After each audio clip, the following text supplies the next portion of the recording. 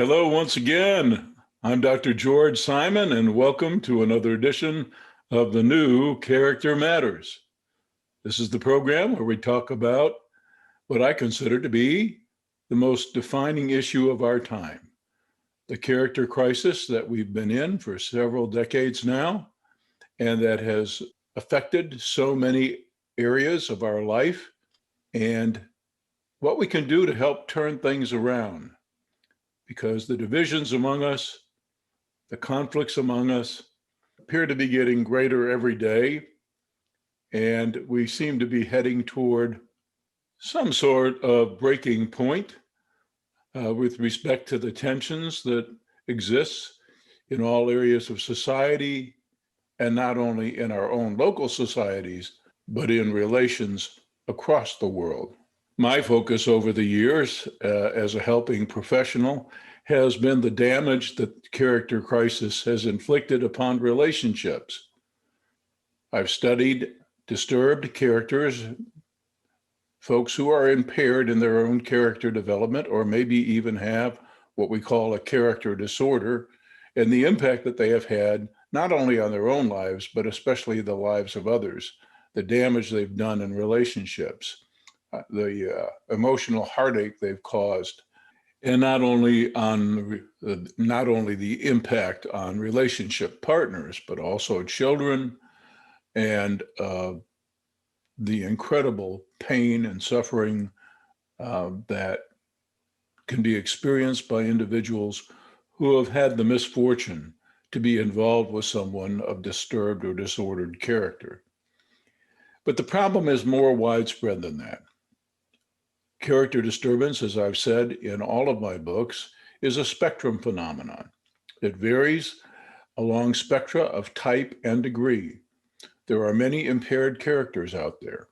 As a matter of fact, character disturbance has become so commonplace that we've gotten used to it. All manner of behaviors that once were regarded as unthinkable, so reflective of poor character that no one would dream of doing them. All these things have become so normalized, as we say these days, that we barely notice it. And in fact, many times we're willing to give it a pass, even when there are egregious examples of it. So I've dedicated my life to bringing this issue to the fore, to examining it carefully, mindfully, and to propose some of the things that we need to do to begin to turn things around. The reason this program is called Character Matters, it's a play on words, of course, two meanings. We talk about all matters pertaining to character, but the other meaning is that character, in my opinion, does matter, and it matters more than anything.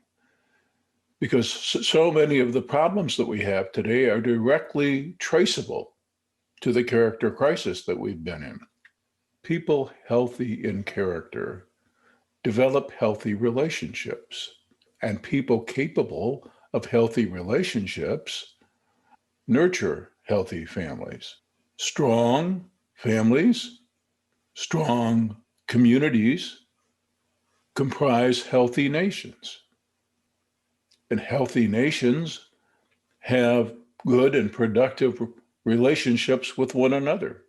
But it all starts with character. And it used to mean something. We used to devote a lot of time and energy to it. It was the prime purpose of rearing a child, to help that child grow into a person of integrity. And a lot of time and energy was devoted to an individual's character formation. Why? Because we knew how important it was for all of our relationships. We knew how it affected everything.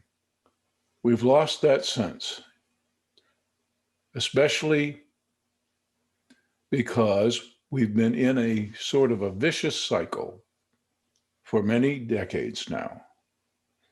As more and more character impaired individuals populate the society, those norms, institutions, mechanisms by which we used to shape character erode. And as those things erode, more and more character impaired people enter society. It's a classic vicious cycle. I've talked about this before, and I'll continue to talk about it.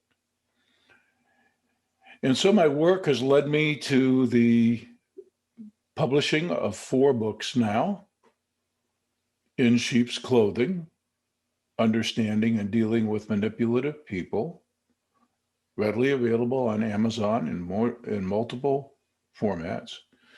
This is the book that takes an in-depth look at those individuals who are not as they appear. On the surface, they can be quite charming, seductive even. They may even have the gift, the relational skill to curry favor, but they're not whom they appear. And they're dirty, scrappy little fighters determined to have their way and to get the better of you and look good while doing it. And also to make you feel crazy when you suspect otherwise, or when you sense that they're using their tactics. So many years ago, when I was doing my research on this subject, I uncovered a phenomenon that we currently call gaslighting. We didn't have a name for it when I discovered it, but I was very aware of the crazy-making feeling that so many individuals coming to me for help were describing, knowing that they were dealing with someone who wasn't quite right, but they couldn't put their finger on it. And they also felt that the person was manipulating them in some way, but they couldn't prove it. Whenever they'd call the person on something, the person would make them feel like they were the one with the problem. And this made them feel more than a little bit crazy. And the reason I believe that this book became an international bestseller and has been so for all these years is because it explains this crazy-making behavior and what underlies it, how these folks do what they do, what they're really like, how to really understand them, and much more importantly, how to deal with these kinds of things in a way that empowers you. Then I wrote my book, Character Disturbance. This is a broad spectrum book that covers the wide variety of disturbed characters out there, how they do what they do, what the problems are that they cause in relationships, how to understand these things, and most especially, what to look for in the way of help when you go seeking it. Because all too many people these days experience what has come to be called therapy-induced trauma. This is where you go for help, but end up feeling worse for the effort. Sometimes, individuals are so good at the art of what we call impression management and seduction that they make favorable impressions on the therapist and conceal their true, not just identity, but their true MO, their true modus operandi. So they come across entirely different in the therapy room, and the person who is aggrieved about the nature of their relationship with this person and has been trying to explain things to the therapist feels even worse because they sense that maybe the therapist has been bamboozled in some way, tricked, fooled, and now nobody believes them. So there are a lot of other things that can contribute to this phenomenon we call therapy-induced trauma. But in any case, that's one of the main reasons why I wrote my book, Character Disturbance. It's also available in multiple formats on Amazon. And all these books can be gotten through your local bookseller as well. Then I wrote the Judas Syndrome specifically for the Christian faith community. And many folks have written to tell me that the provocative elements that I deliberately put in the book were responsible in some way for changing their entire outlook, maybe even changing their lives. And then lastly, my book, How Did We End Up Here? The Toxic Relationship Survivor Guide, how to understand what happened to you, pick up the pieces, move on in a more empowered way, and help ensure that you don't succumb to the same traps in the future. So I've spent a lifetime researching this phenomenon of character disturbance and writing about it. And I'm in the process of putting the finishing touches on what will likely be my last book, which was originally titled The 10 Commandments of Character, which, by the way, are briefly outlined in my book, Character Disturbance, and which we've been talking about on this program. Currently, the working title is Essentials for the Journey. I realized a long time ago that you can't be emotionally healthy, psychologically healthy, healthy in character. You can't be all those things and not be healthy spiritually too. If you're not healthy in any one of those dimensions, there's going to be some trouble. So this book has taken on a new flavor. It's not just a moralistic book about the axioms we have to heed in order to be decent people. It's about what it takes to really be fulfilled, to really get it with respect to this life's purpose and direction. It's meant to be food for the soul, helping to enrich our lives. And that's perhaps why I've labored on it so long. And that's also perhaps why I have given you a little sneak peek of the axioms that we've been talking about, the 10 Commandments of Character, on this program. Of course, this program is primarily in podcast form, available here on this YouTube channel and other outlets, and you're free to share. The videos are public. I hope you do share as many of them as you can. But the other thing we're preparing for is our first live broadcast where we can have a live discussion. This first time coming up at the end of the month, and which you can find information about on my Facebook page. Easiest way to find out about the details is to go to my blog at www.drgeorgesimon.com. That's drgeorgesimon.com. And peruse any of the more recent articles, or click on the link that I have provided to the live broadcast on the Character Matters page. And that way we can have a robust in-person discussion about some of these principles that I'm introducing here. And today we're going to continue a discussion on the second commandment, which I introduced last week after wrapping up our discussion on the first commandment. And the second commandment goes like this. Remember, you're not really entitled to anything.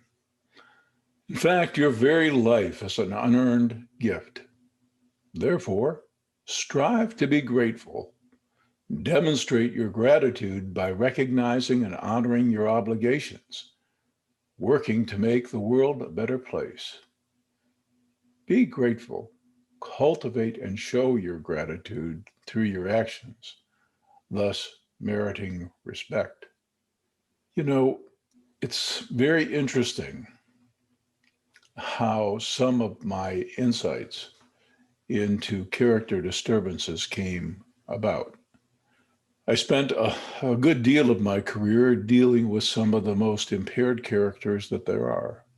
Individuals who spent a lot of time not only on the margins of society, but kind of at war with the rules, who ended up getting in trouble, serious trouble with the law, spending years, if not their entire life in prison, and doing all the research about the mentality that is so common in individuals who have this kind of severe difficulty uh, properly navigating life.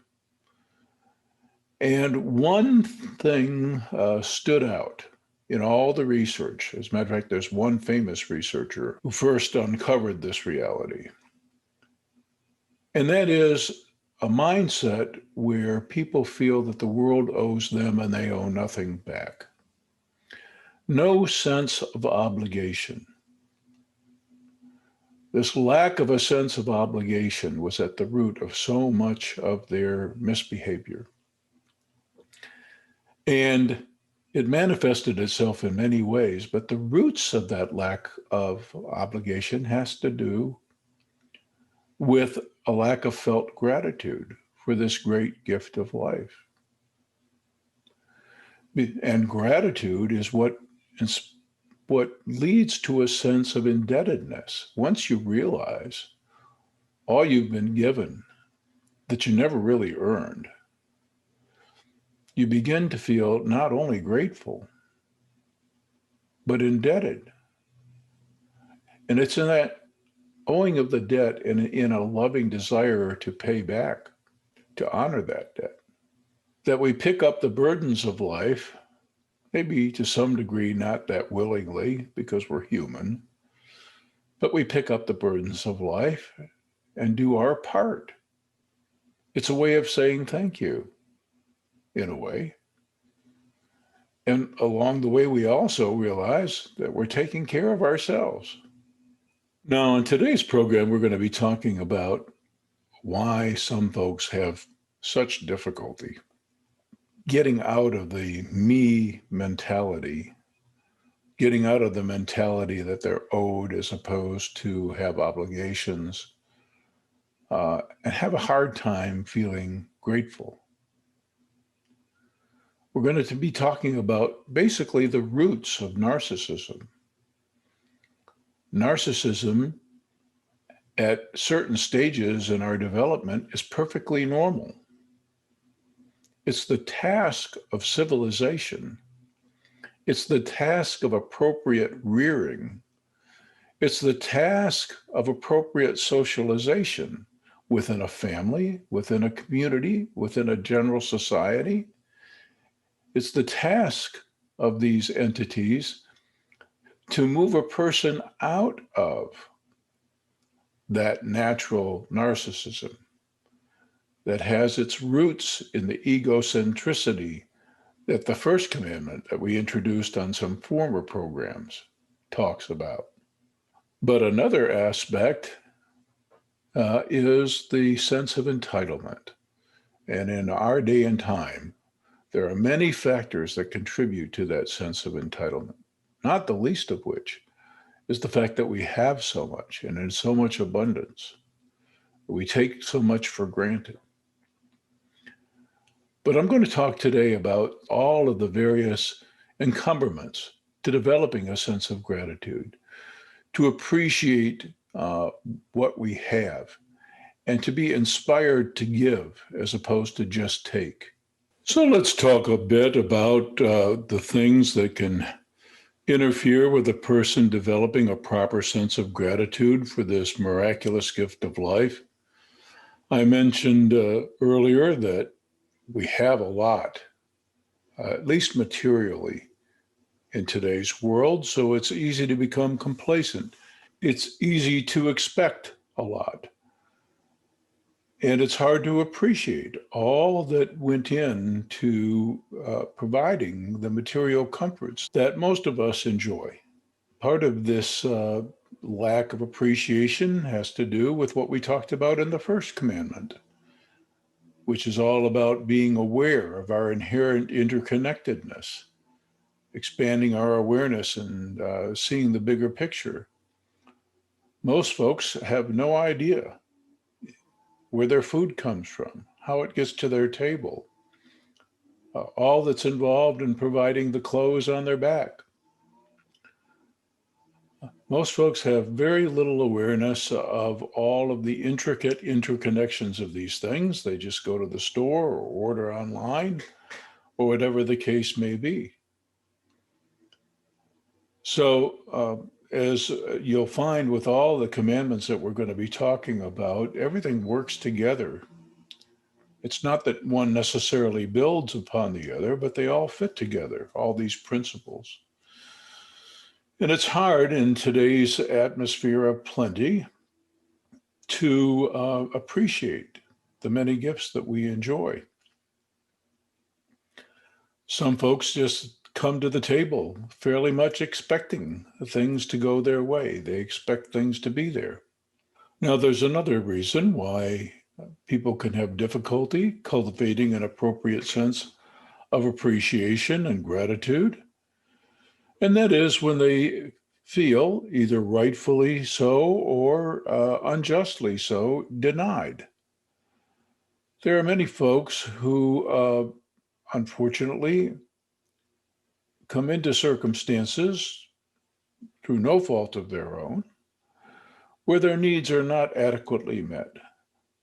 In our country, in the United States, materially speaking, even the poorest of us enjoy standards that some folks in the world can only dream of enjoying.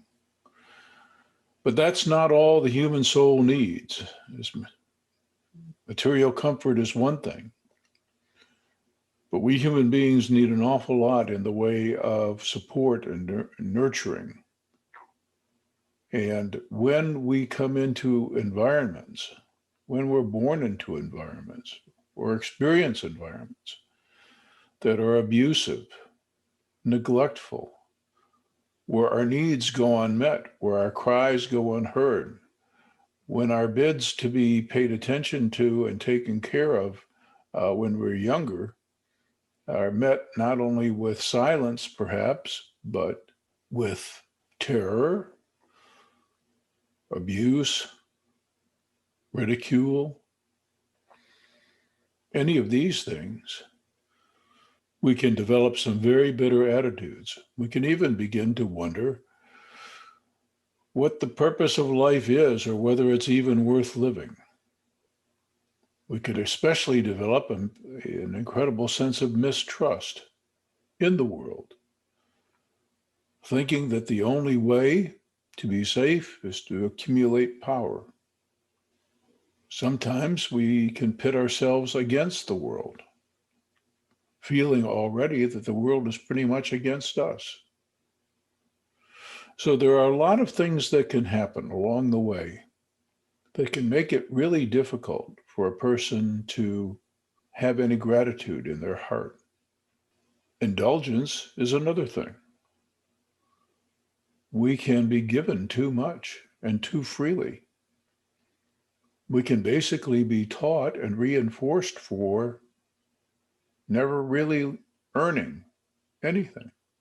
Some families still engage in the practice of giving children chores, not so much because the family needs the child labor, but to give a child experience with how a community works, beginning with the smallest of communities, the family,